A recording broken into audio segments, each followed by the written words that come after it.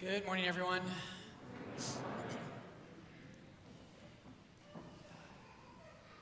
I wish I could sing like you guys, but it is Lent. Maybe I should sing for you. Okay, today we have a story that is beloved by the early church. So today I do want to challenge you. Today is Sunday. Today is the day that belongs to Christ. It is the day that God reminds you that you do not belong to this world, but you were made for eternal life. And I want you after Mass today, go home and go read this gospel again. It's hard sometimes at Mass just to hear it. Go home with your family, read it again, and do it slowly and pray with it. Today's gospel is an unbelievably powerful kind of image of what it means to be a Christian. Today, if you have one thing today, what I want to talk to you about is that we're all used to thinking that seeing is believing. Seeing is believing. But that God actually wants to move us to a different paradigm. So, I'm 42 now, but I used to be kind of a big deal. So in my community and the companions, I'm kind of known as the 42-year-old who's going on 80. And it's your fault, just so you know, because the joke in the companions is that no one can get Father Brian more than about 4 blocks away from Lourdes. He's just kind of landlocked there, and it's true. But I used to be a big skier. And in our community, we have a lot of guys who are really outdoorsy, and a lot of guys get annual ski passes. And maybe the best skier in our community now, back when we were in seminary, he didn't know how to ski, and I actually taught him how to ski. And I used to be a bit of a ski bum. I used to ski about 35 days a year until I got old and lame. It happens to the best of us. But this year, I went skiing for the first time in 8 years. Someone convinced me to go, and so I went. And there were about 5 guys from our community, the companions, that were there, and they were so excited. And they were all the young pups, like Father Sean's age types, 14. And that wasn't that funny. But they were excited, and they were like, oh my gosh, Larkin's here, no way. And the pressure was kind of on, because one of the priests, Deacon Darrellson, Father John, had told all these guys that I was a really good skier. So I was a little nervous. And so we went out and we did kind of a cruiser. And then I always loved the moguls, so we went and we skied a mogul run. And I was like, okay, I'm not where I was, but I've still got it, And we got to the bottom of the run. And Father Chris Considine came down after me, and he was ordained a year before Father Sean. And he came down, and he was laughing so hard he was almost crying. And I was like, Chris, are you okay? Like, what's going on? And he looked at me, and he was like, the legend's true. And he was like, Larkin, it's like we're back in the 90s, and it's like a Warren Miller, and like you're just bouncing in and out. You're not so bad after all, right? And he the whole day, he just couldn't get over it. And for Father Chris that day, about 6 weeks ago, seeing is believing, right? It's true. Seeing is believing. That's so true for so much of our life, isn't it? Seeing is believing.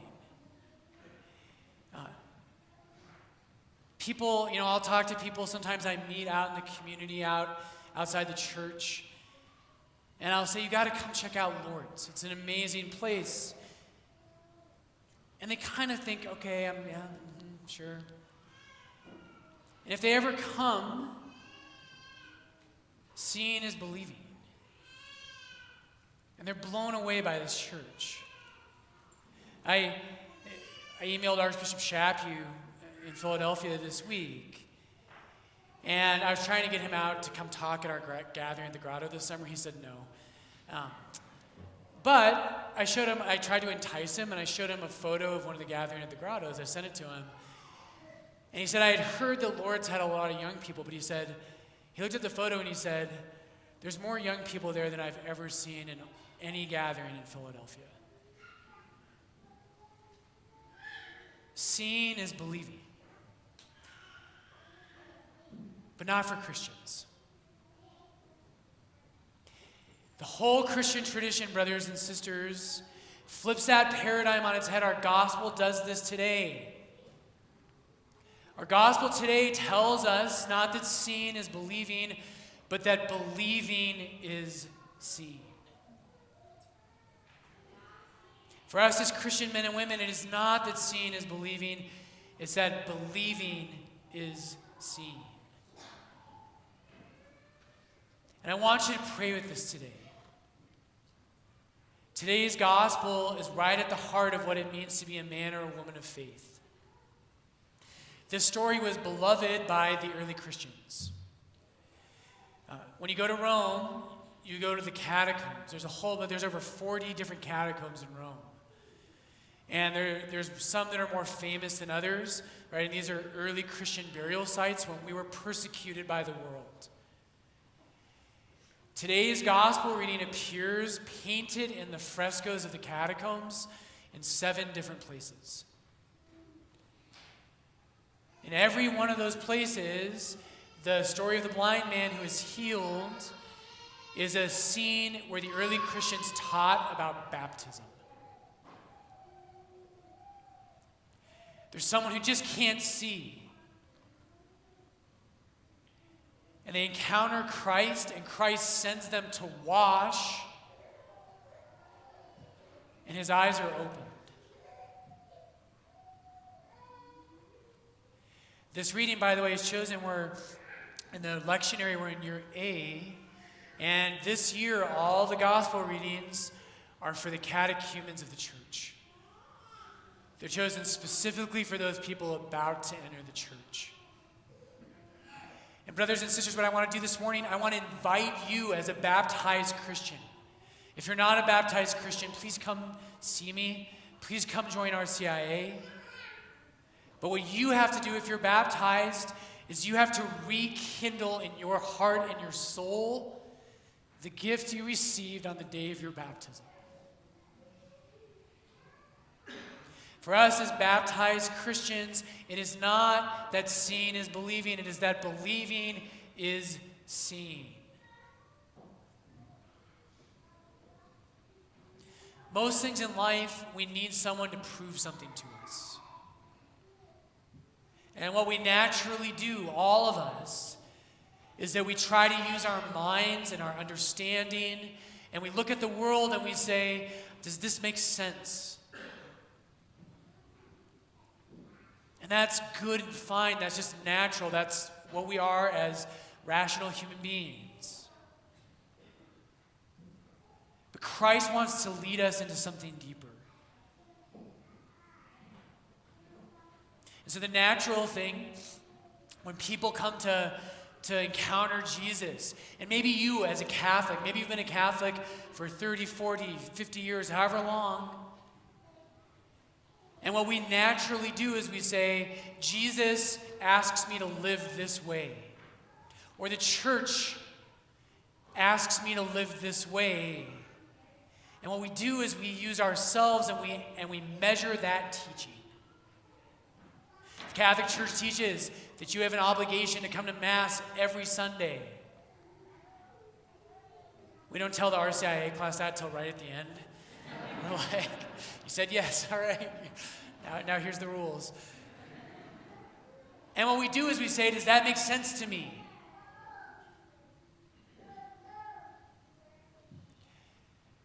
But something has to happen on the route, brothers and sisters. And I tell the RCIA classes every year. Every year people say, okay, can I believe, is it rational to believe that there is a God? Yes. Is it rational to get to a place where you say, maybe Jesus is God? Yes. Is it rational to get to a place where you say the teachings of the Catholic Church make a whole lot of sense? Yes, it is, but that is not faith. Because in that schema, what's happening is, Jesus, I am your judge. And you must answer to me. And you must prove to me what is true about what you say. And I will be the judge of it. I will stand above you. And I'll decide which ones make sense to me, because I am the measure of truth.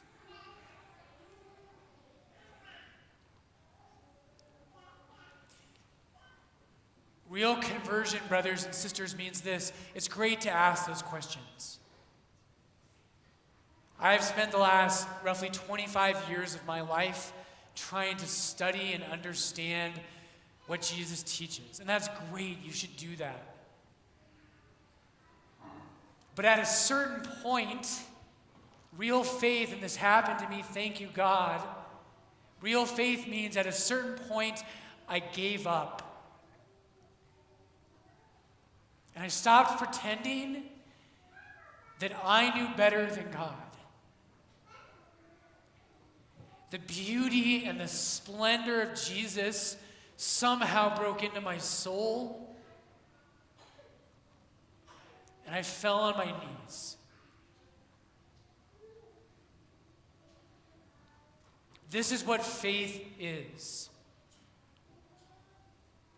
Faith is not, I've examined all the teachings, and the one that corresponds most to what I think is therefore true. Faith is when you realize there's a light that is above you. And that in trying to judge the light, you are judged by the light. In trying to grasp Jesus, I found out. I tried to put him in my grasp. I tried to have him in my back pocket. I tried to make sense of him. And what I found out was it was not me who grasped him, but him who grasps me.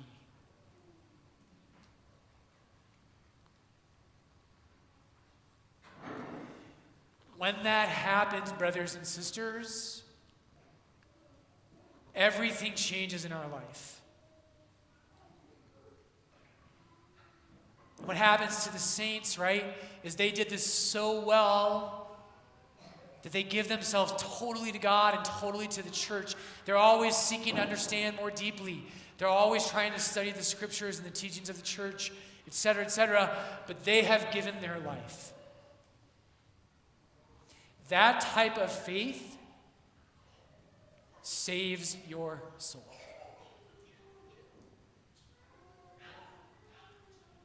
Balthazar says it this way. You know you're in trouble when he comes out. If I can find the page. There it is.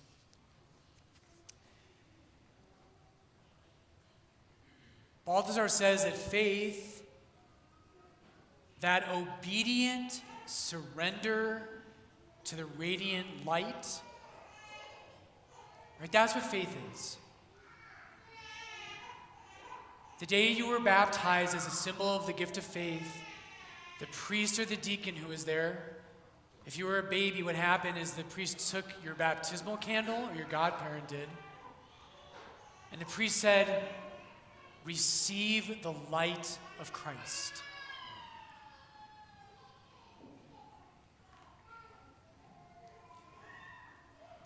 That obedient surrender to the radiant light, in which alone by faith and not by vision, the Christian partakes in the wisdom of the self-revealing God.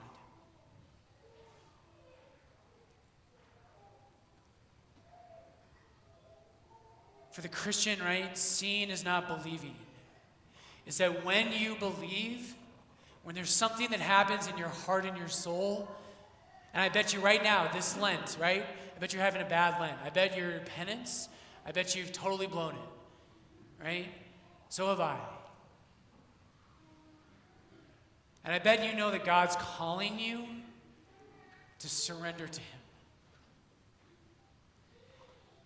When we do that as Christians, brothers and sisters, we see.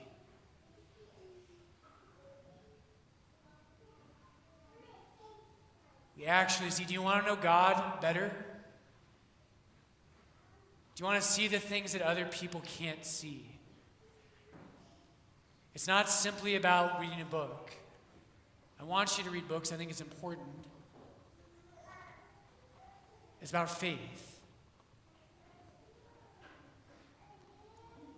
How are you going to do that this Lent? The Pharisees today, it's so powerful. This story is marvelous. 3 times in today's story, the Pharisees are confident they know who Jesus is. They turn to the blind man and they say, "We know this man is a sinner." Prove it to me, Jesus. We have the law of Moses. We're the Pharisees. We know who you are. And if we're wrong about that, you will prove it to us. 3 times the Pharisees do that in today's story. 3 times the blind man humbles himself before Christ. And he says, "I do not know." That is not a mistake in John's gospel.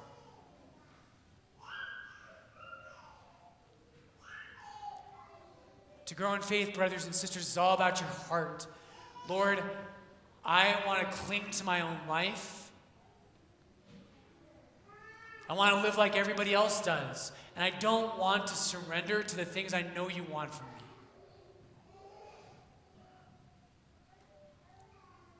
But if I do, I know I'll see you. I'll see your splendor and your glory.